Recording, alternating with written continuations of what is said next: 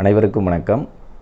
நாம் இப்பொழுது நியூட்டனுடைய இரண்டாம் இயக்க விதியை பயன்படுத்தி விசையினுடைய சமன்பாட்டை எவ்வாறு தருவிக்கலாம் என்பதை பார்க்க இருக்கிறோம். வாங்க இன்றைய வீடியோவுக்கு செல்லலாம். அதற்கு முன்னர் நம்மளுடைய எதிர்விசை சேனலை சப்ஸ்கிரைப் செய்யாதவர்கள் சப்ஸ்கிரைப் செய்துவிட்டு பார்க்குமாறு கேட்டுக்கொள்கிறேன்.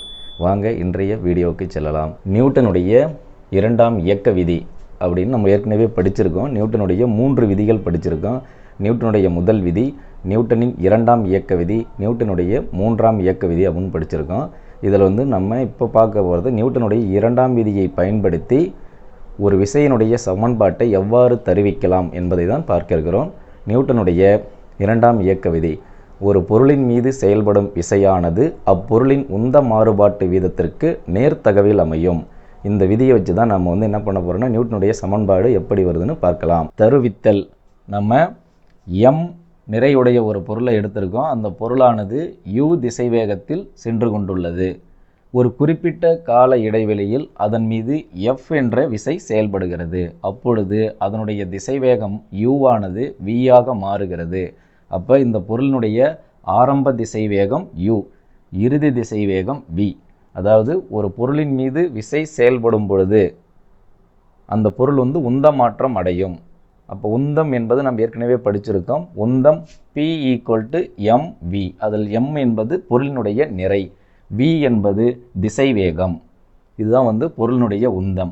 அப்போ உந்தம்னா என்ன அப்படின்னா விசையினுடைய விளைவால் ஏற்படுவது தான் உந்தம். அப்போ இந்த பொருளினுடைய உந்தம் என்னன்னு கண்டுபிடிக்க போகிறோம். அதில் பொருளின் ஆரம்ப உந்தம், பொருளின் ஆரம்ப உந்தம்,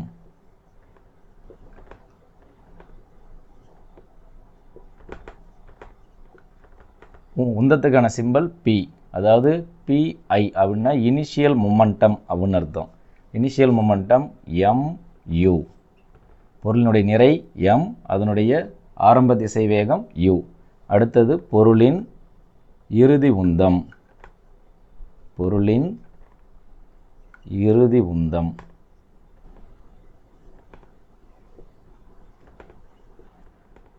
final momentum PF, final momentum mv. அப்போ அந்த பொருளானது உந்த மாற்றம் அடைந்துள்ளது. அப்போ உந்த மாற்றம், உந்த மாற்றம் அதை டெல்டா P அப்படின்னு சொல்லுவோம். அப்போ இறுதி உந்தம் மைனஸ் ஆரம்ப உந்தம், அதாவது final momentum minus initial momentum. அதனுடைய வேல்யூ நம்மளுக்கு தெரியும்.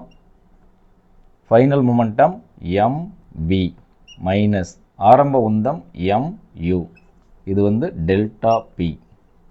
இது சமன்பாடு 1ன்னு வச்சுக்கலாம். நியூட்டனுடைய இரண்டாம் இயக்க விதிப்படி விசையானது உந்த மாறுபாட்டு வீதத்திற்கு நேர்த்தகவில் அமையும் அப்படின்னு சொல்லுவோம். அப்போ நியூட்டனுடைய இரண்டாம் இயக்க விதிப்படி விசை ப்ரொபோர்ஷனல் டு உந்த மாறுபாட்டு வீதம், உந்த மாறுபாட்டு வீதம். இப்போ இந்த உந்த மாறுபாட்டு இந்த வீதம் சொல்கிறல, இந்த வீதம் என்பது என்ன அப்படின்னா காலத்தை பொறுத்து மாறுபடும் அப்படின்னு அர்த்தம். காலத்தை பொறுத்து மாறுபடும் அப்படின்னு அர்த்தம். அப்போ இந்த ஃபார்முலா நம்ம எப்படி எழுதலாம்? விசை ப்ரொபோர்ஷனல் டு உந்த மாறுபாடு பை காலம், உந்த மாறுபாடு பை காலம்.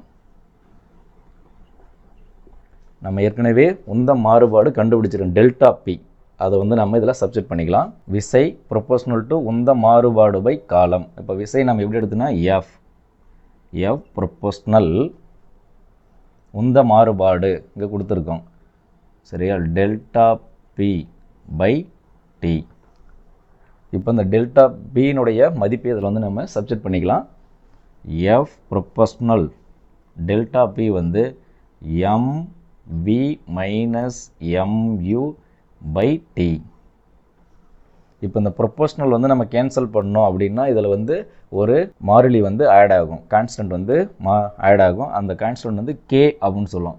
F = K mv minus mu by T. கேனுடைய மதிப்பு வந்து நாம் 1 அப்படின்னு எடுத்துக்கோம். அனைத்து வகை அலகுகளிலும் கேனுடைய மதிப்பு வந்து 1. அந்த 1ன்ற மதிப்பு நம்ம இதில் சப்ஸ்டிட் பண்ணோம்னா F = mv minus mu by T அப்படின்னு கிடைக்கும். சரிங்களா? அடுத்தது உந்தம் படிச்சிருப்போம். உந்தம் என்பது என்ன? ஆரம்ப திசைவேகம் மைனஸ் இறுதி திசைவேகம், அதுதான் நம்ம உந்தம் சொல்லுவோம். முடுக்கம் = v minus u by T அப்படின்னு சொல்லுவோம். இது வந்து நம்ம 9th படிச்சிருப்போம். முடுக்கன்றது 9th படிச்சிருப்போம். இப்போ அதனுடைய ஃபார்முலா தான் நம்ம இங்கே சப்ஸ்டிட் பண்ண போகிறோம். F = m பொதுவாக வெளியே எடுத்துக்கலாம், v minus u by T. இப்போ v minus u by T நம்ம வந்து முடுக்கம் a ஆக்சலரேஷன் அப்படின்னு சொல்லலாம். அப்போ F = ma. F = m அப்படின்றது நிறை, a என்பது முடுக்கம். அதாவது விசையானது நிறையும் முடுக்கத்தையும் பெருக்கினா அதுதான் வந்து நம்ம விசைன்னு சொல்கிறோம். இதுதான் நியூட்டனுடைய இரண்டாம் விதிப்படி விசையினுடைய சமன்பாடு. F = ma. அனைவருக்கும் நன்றி, வணக்கம். மீண்டும் அடுத்த வீடியோவில் சந்திப்போம். நம்மளுடைய எதிர்விசை சேனலை சப்ஸ்கிரைப் செய்யாதவர்கள் சப்ஸ்கிரைப் செய்துவிட்டு பார்க்குமாறு கேட்டுக்கொள்கிறேன். நன்றி, வணக்கம்.